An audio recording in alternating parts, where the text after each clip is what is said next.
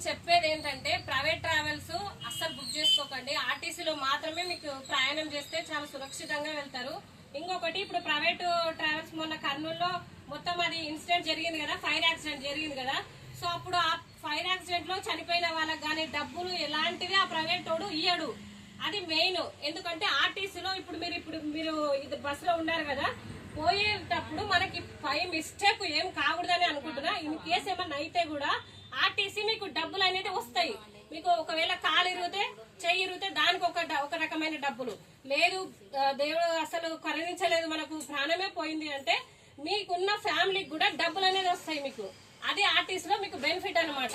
ఆ ప్రైవేట్ వాడు ఏం చేస్తాడు, అరే నా బస్సే కాలిపోయిందంటే మీకేనోటి పైసలు తెచ్చిద్దా అంటాడు, పైసలు అడగనికపోతే. కాబట్టి ఆర్టీసీ అట్లా కాదు, మొత్తం ఆ బస్సే లేకుండా పోయినా మీ ఫ్యామిలీకి మాకు ఇది ఒక ఇన్సూరెన్స్ లాగా అనమాట. మీరు టికెట్ కొనట్లేదు, ఒక ఇన్సూరెన్స్ టికెట్ ని తీసుకుంటున్నారు అంతే. మీరు ఒకవేళ ఏమైనా జరిగినా కూడా మా బస్ లో ఉండగా మీకు ఏమైనా జరిగినా కూడా మీకు డబ్బులు అనేది, ఫ్యామిలీకి డబ్బులు అనేది వస్తాయి. సో ఇంత సేఫ్టీ అనమాట ఆర్టీసీ అంటే. ప్రైవేట్ ఏవి మీరు వెళ్ళకండి, ఓన్లీ ఆర్టీసీ బస్ లోనే ప్రయాణించండి. థ్యాంక్ యూ సో మచ్ అందరికి.